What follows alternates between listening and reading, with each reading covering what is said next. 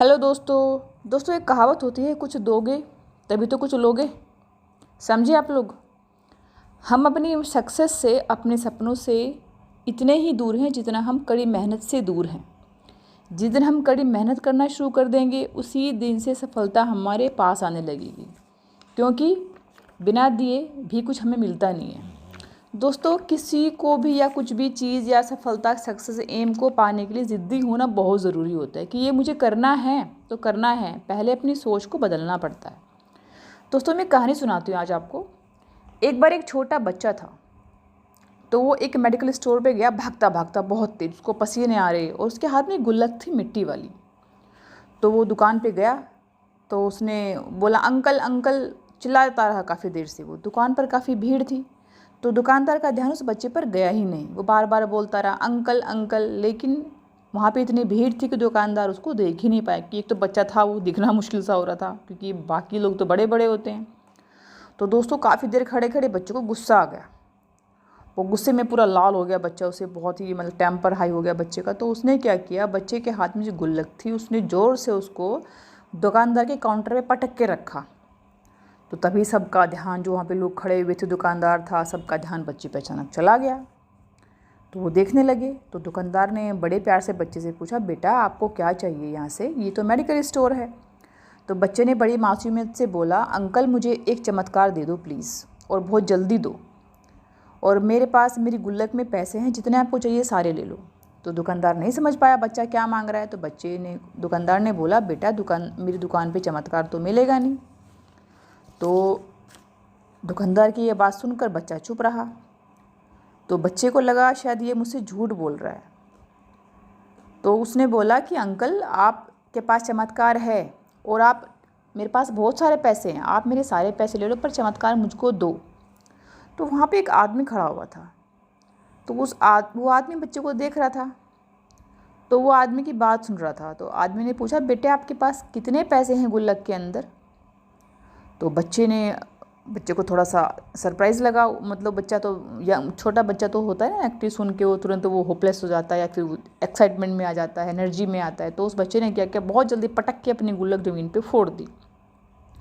तो बच्चे ने सारे पैसे गिने, और बच्चा जो था अपने हाथ पे सारे पैसे लेके आया, बोला अंकल मेरे पास 22 रुपये हैं, 22 रुपीज़ हैं मेरे पास।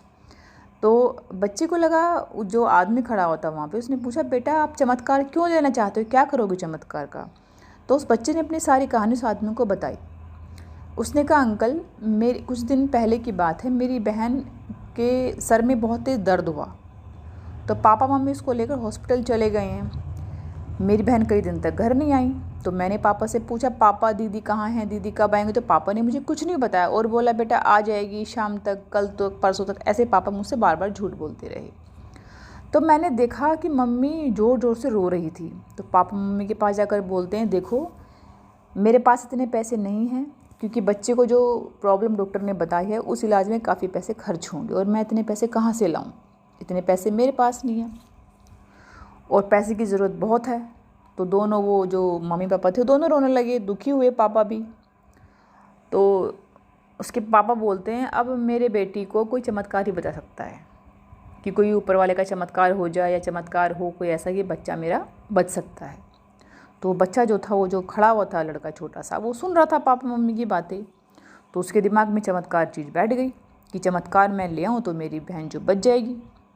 तो उसने क्या किया, उसने बोला उसने अपने मन में प्लान बनाया, पापा के पास पैसे कम हैं पर मेरे पास तो गुल्लक भरी पड़ी है, बहुत पैसे हैं, तो मैं अपने सारे पैसे लेकर यहाँ चमत्कार खरीदने आया हूँ। उसने उस अंकल को बताया कि अंकल इसलिए मैं इस दुकान पे चमत्कार लेने के लिए आया हूँ, जिससे मैं पैसे दूंगा चमत्कार लेकर और चला जाऊँगा, फिर मेरी बहन को चमत्कार में खिला दूँगा और मेरी बहन ठीक हो जाएगी, घर आ जाएगी।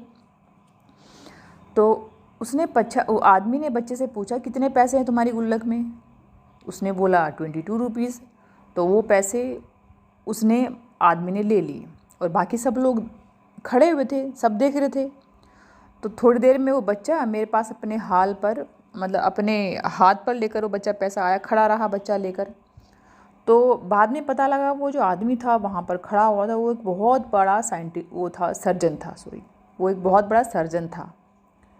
तो उस बच्चे ने, उस आदमी ने क्या किया, उस आदमी ने उस बच्चे की जो बहन थी उसको अपने यहाँ पे एडमिट कराया और उस बच्चे की बहन का ऑपरेशन किया और बच्ची जो थी वो घर ठीक होकर आ गई। तो वहाँ पर जो था बहुत सारे लोग बैठे हुए थे, मतलब चारों, घर में 4 ही लोग थे, मम्मी पापा बहन और भाई छोटा, वो चारों बैठे हुए थे। तो उसकी वाइफ पूछ रही है, अच्छा जी अब तो बच्ची ठीक हो गया, अब आप मुझे बताओ चमत्कार आपने कैसे किया।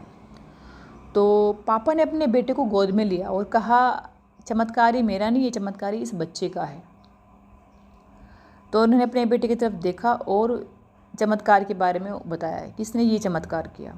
तो दोस्तों यहाँ पर एक बहुत बड़ी बात है जो हम छोटे बच्चे से सीख सकते हैं। ज़िंदगी में कभी कभी ऐसा वक्त हम पर आता है कि हमें कोई रास्ता दिखाई नहीं देता, हमें समझ नहीं आता कि हम क्या करें और हम लोग हिम्मत हार जाते हैं। ऐसे ही हमारे अंदर एक बच्चा होता है जो हार मानना पसंद नहीं करता है। वो तब भी लगा रहता है कोशिश में करने में, पीछे नहीं हटता कभी भी। वो कहेगा ऐसे कर लूँ ऐसे कर लूँ, तो वो हार मानने को तैयार ही नहीं होता, क्योंकि उसमें ना तो कोई शब्द समझ में आता, नए बच्चे में इतनी बुद्धि होती है कि उसको नेगेटिव चीज़ अच्छी नहीं लगती, बच्चे को ना सुनना पसंद ही नहीं होता। तो हमारे अंदर का बच्चा हमेशा कोशिश में लगा रहता है और लगना भी चाहिए, क्योंकि बच्चे के लिए सब कुछ नामुमकिन होता है। वो हर हाल में एंड तक कोशिश करता है।